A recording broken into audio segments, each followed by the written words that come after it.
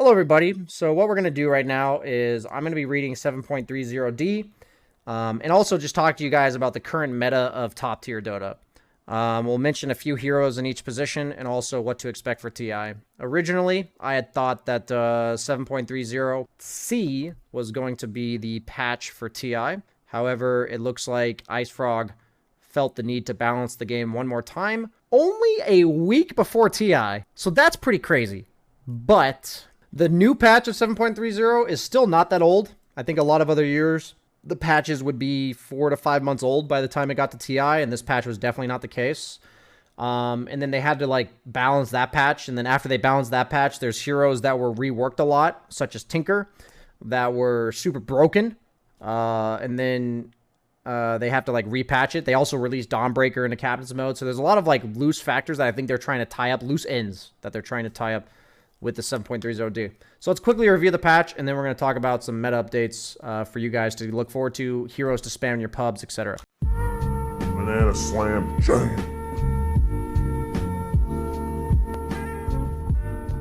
So this update to Overwhelming Blink is 100% a nerf to Tinker, just like when they nerfed E-Blade back in the day, or reworked E-Blade, I would say. It was targeted towards Morphling. In this case, it's just targeting Tinker. Tinkers were rushing Overwhelming Blink, and it was broken. Overwhelming Blink Shivas. Tinker had a 58% win rate in Immortal pubs the last week. So now that people had figured out how to play Tinker with the new rework, he was clearly busted. It doesn't actually nerf Tinker as a whole, but it nerfs this cheesy shit that he was doing. Okay, so little buffs to neutral items, Tumbler's Toy as well as Burgon's Blade, a little bit of a rework to Nether Shawl. It's definitely just an item that was overtuned. They lowered the downside of it, and they also lowered the upside of it, so I think this is just good. It was just an item that was situationally way too powerful. Just certain lineups that lacked physical damage, this item would be just so much effective HP, so just a little too good. Don't really care about these. Bane's laning stage was definitely way too strong, so they nerfed the Nightmare damage level 1 and Brain Sap cooldown early on. Batrider was definitely still broken, was picked a lot, pretty much first ban, first pick material at TI. They reduced his base damage by 2. Fine with me. Beastmaster probably, I think, was in a decent place now, but the shard they're saying was too broken. A lot of people are buying the shard. It's mainly just the cooldown. The shard itself was fine, but it made the cooldown 15 seconds, so now it's 23 seconds on the Hawk with the shard, so much more reasonable there, much less spamming of the stuns and such. Bristleback, slight buff. I think the hero is still mediocre. Probably good in your pubs, though. Broodmother, still the situational 10th pick that she was at the start of 7.30. But I have seen her in some of my games last pick. Clinks definitely got overly nerfed in 7.30C. So they're giving him a little bit of love back. I think his win rate went from 54% to 42 or something. It was really bad. So, I think the hero is honestly still pretty much unpickable. But maybe we'll see him a bit of TI because of this. Just maybe. Clockwork, literally unkillable. Here's Dawnbreaker's laning stage. That was her issue. She was definitely way too strong in the laning phase. I'm still seeing her picked in games. Her laning stage still seems really strong, but now it's just not quite as strong. Just nerfing the level 1 on all of her abilities. Dazzle, also unkillable. Waiting for mid-dazzle. Didn't seem to work out. Death Prophet, I think, is getting overly buffed, honestly. I think she's going to see play at TI. Gyro getting a really odd nerf on his flat cannon. I don't feel like the hero is broken. Now it just feels like it's even harder to manage to farm. Maybe it just has to be with IO now. You either go the stats build, or you have an IO, or a Coddle. Seems like pretty much the only way to go with Gyrocopter now. Mars, don't think this is too big of a deal, but I honestly don't know why the hero needed to be nerfed. Monkey King got nerfed again. His soldier attack interval during his ultimate mitigates the damage by about 9%. It's relevant. Naga getting another buff. Arteezy's just creaming himself right now. Just in time for TI. I honestly think Naga support might be a thing. I've been seeing it a decent amount of my games. Orb of Venom, level 2 Naga support, pretty powerful in lane. And then eventually it's a team fight mechanic. The shard is really strong in team fights. Pretty cheap. The heal on your ult. Yeah, I think we might be seeing some Naga Siren support at TI as well. Night Stalker, slight nerf, whatever. Pangolier, slight nerf. I mean, doesn't really affect this hero other than maybe in the off lane or support. His chase potential is a little worse in the laning stage. But like in the early, like mid to late game, you're rolling half the time. So that's a set movement speed. Doesn't really matter. Fan of Knives. Okay. Whatever. I think PA is still kind of mediocre. Pugna. This is honestly a pretty big buff for Pugna. Giving him cash range on Nether Blast. That's his tower sieging tool. Yeah, I think this is honestly a pretty big buff. I think we might see a decent amount of Pugna from this. I think the hero was already kind of like on the edge of viability, and I wouldn't be surprised if this puts him over that hump. Ricky at the highest level, still pretty dog shit. I don't really see any other option for this hero. He just has no item build. I don't think he's a good support, and I don't think he's a good core. So maybe there'll be niche strats, but feels like most offlaners boot you out still sometime around level 6. So most carries that need to feel good are either lane dominators or junglers, and I don't think Ricky is either of those. He can be a lane dominator, but I think it's really situational at best, especially against the popular offlaners are pretty high armor right now. Silencer, getting the nerf on his Arcane Curse. Still a fine hero, I think. Still see him at TI.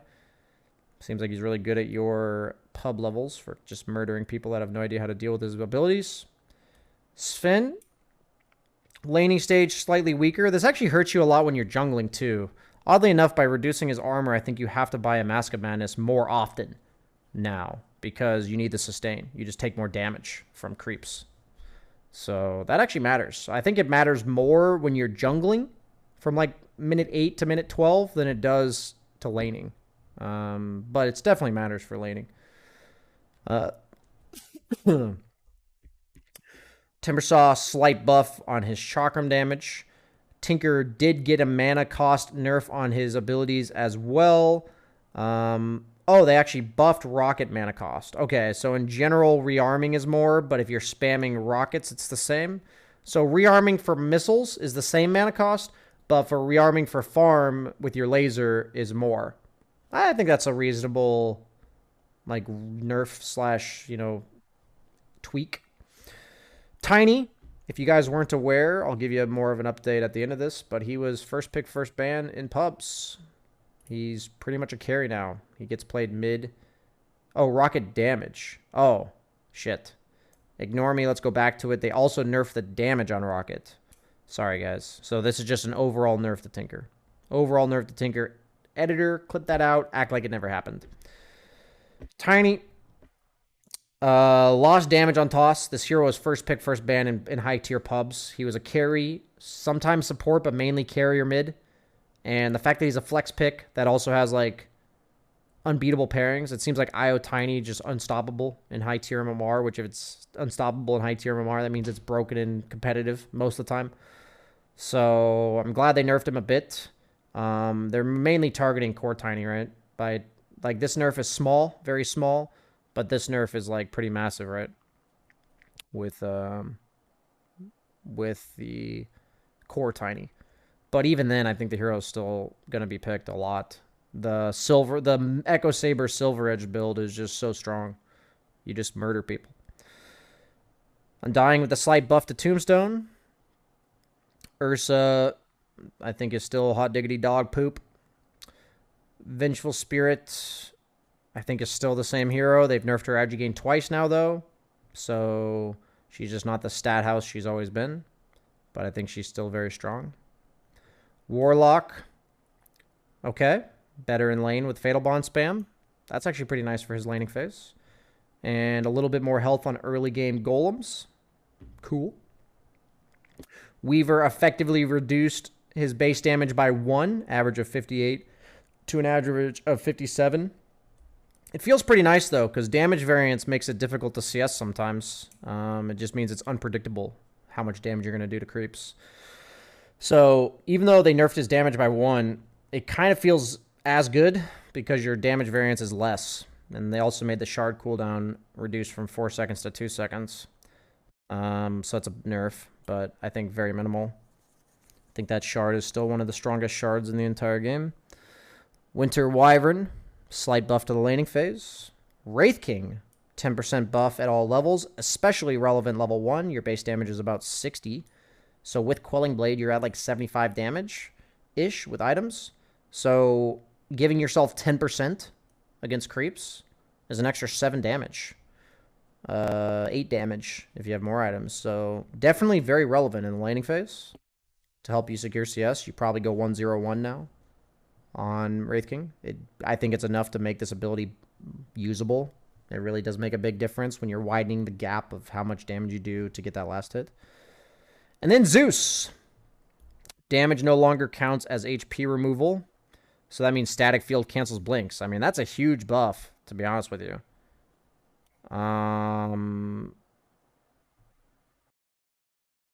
So I'm just making sure I understand this correctly. Static field just cancels salve? Let's just like confirm this, right? I don't know. Oh, it's just Heavenly Jump that cancels salve? I see. So static field itself does not cancel salve. Okay. That would have been really broken, just for the record. Dude, it doesn't even tell you, man. I mean, it tells you what this is, but it doesn't tell you the range on this. Very cool Dota tips. So, static field itself does not cancel salves, like in the laning phase, but the jump itself does. Okay. And then Thunder's God's Wrath. Damage increased by 0.2550. I did see Thompson playing some Zeus. I know Zeus is much better at lower MMRs than he is at higher MMRs because he just does a lot of damage and is a hero. Kind of like Sniper. They get to punish him for being out of position. I think he will be 9th, 10th pick at TI at best. So let's quickly update you guys on the meta. In the meta right now, we've been seeing a bunch of new builds, a bunch of new heroes. And we're just going to talk about a few. So 5... I've been really liking Bane. I've been really liking Ogre. Jakiro feels really strong from my perspective, and we've even been seeing Jakiro Core, where you go like Witchblade and eventually a Shard, and then you're like one attack, and you just take like 2/3 of somebody's HP. So that's something worth considering. I've been seeing a decent amount of Treant Protector, Lich, as well as Silencer. Pretty sure IO just in general is broken. I don't think that matters to you guys as much because you don't see it too much in low MMR pubs, but IO 5 and just as like a farming steroid lane dominator feels really freaking hard to beat with Tiny, Gyro, Luna, Weaver, like all these like just super strong laning carries that just get out of control. When it comes to 4 positions, I've definitely been seeing a decent amount of Venge 4. I've been seeing a decent amount of Tusk 4s. Dark Willow 4s, Rubik, Skywrath Mage seems really powerful right now. A lot of people are picking him, just like straight up going no boots, rushing Atos. Seems like a lot of the melee heroes are back. The Earth Spirits, some Earth Shakers, Clockworks. The heroes that kind of fell off were like the Nyx Assassins from the previous patches. Those are the heroes that really stand out to me. In the 3 position, I'd say Night Stalker's still up there. I do think Sand King still a very good pick. I think Slardar is a sleeper pick that is not getting much play at the highest level, but I think is very strong. I like Tidehunter a lot. Vengeful Spirit as an offlaner feels very powerful, 3 or 4. Her laning presence is really good. You just rush the Ags, and then after that, you go like Aetherlins or Sanjin Yasha or Vlad's. All 3 of these items make your illusion more powerful because they benefit your illusion, and overall are just super cheap, cost-effective things you can do with Venge. I think another sleeper pick for TI is going to be Necrophos. I was picking him a bit. I think he might be a mid as well. But I think high pressure, like high tempo heroes are going to be quite powerful. And I think Necrophos has been tuned up high enough to be good enough. I think he's also good against a lot of the popular safe laners right now. Pangolier, super powerful laner right now, as well as just mid-game presence. Super annoying. Can even be played as a 5 position. I feel like it's really weird to analyze heroes that in my bracket are just getting picked at every lane. But Pangolier, is, despite the small nerfs, I think is still just insanely powerful and really hard to deal with. In the 2 position, I'd still put Batrider towards the top of my list. I've been seeing a lot of Storm Spirits, a lot of Queen of Pains, Tiny still. I think Sniper Mid, especially in lower MMRs, would be a very good hero. I think he's been buffed pretty heavily. Oh, Wind Ranger feels very powerful as well right now. I know Slacks would slap me in the face for that one, but Wind Ranger feels like quite the hero. And Tinker. I think even with the nerfs, Tinker, when he had a 58% win rate before this patch, I think he will still be very strong. So those would be my go-to mids.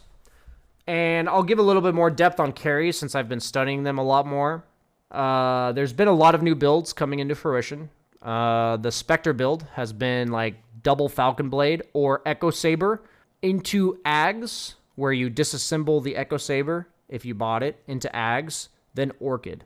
Or it's just Falcon Blade Ags. And the whole idea is that you're no longer a long cooldown hero. You go all the Spectral Dagger talents. You farm decently fast because of the 100 damage at 15 and the cooldown at level 10. And you're just like a pick-off carry that farms okay. You're no longer like the tanky menace that you used to be. My number one broken carry, as predicted in my patch notes, is Weaver. I made the entire guide on him. This is my win rate with Weaver this patch. I didn't even mention him as a 4 or a 3. I think Weaver is also an incredibly powerful 4 or 3. He's getting picked in virtually every position except for mid at high-tier pubs. I assure you, the hero is utterly broken. Will be picked first round, first ban every game at TI. I am almost certain. Other carries are Lifestealer. I've been really liking a lot. My win rate with him recently has been quite nice as well. You can either go the Maelstrom build to farm or the Armlet build to be higher tempo. I also see Mason winning with Lifestealer, so that has to mean something. I think Medusa, out of all the farming heroes, and Sven are the two that have really remained. I feel like Luna's fallen off a bit. Gyro's fallen off a bit, got nerfed again. I do think it's mainly Medusa and Sven that are left as the hyper carries. I think Slark has really fallen off. I'm not a fan of Slark. In terms of sleeper pick at the carry role at TI, I think we're going to see a decent amount of Alchemist. When I say decent, I mean like 5 to 10 picks of Alchemist, like Armlet Radiance. Seems like the build. People are going like Armlet for this early laning presence. And the sustain from the Helm of Iron Will that you can kind of rush since you get gold so fast from Greevils. And then just going straight into the Radiance. You're not like a liability for your team. I think Faceless Void is hyper situational, but he goes really well with mid laners like Invoker still. I think if you play for the combos, Skywrath, Invoker, Void feels very powerful. Other viable carries that I'm interested in are Monkey King, Morphling. I think it's really strong laning dominators. I think Naga will see specific play. I know I've listed a lot of heroes, but pretty much if I haven't listed them, I don't think they're going to be picked very much, and they're largely irrelevant. So that's really it for my patch review. I didn't have like a rehearsed outline today, but that's my meta update for 7.30D going into TI. If I see anything else that really pops up, I'll make sure I keep you guys posted for that. So thanks for watching, guys. See you later.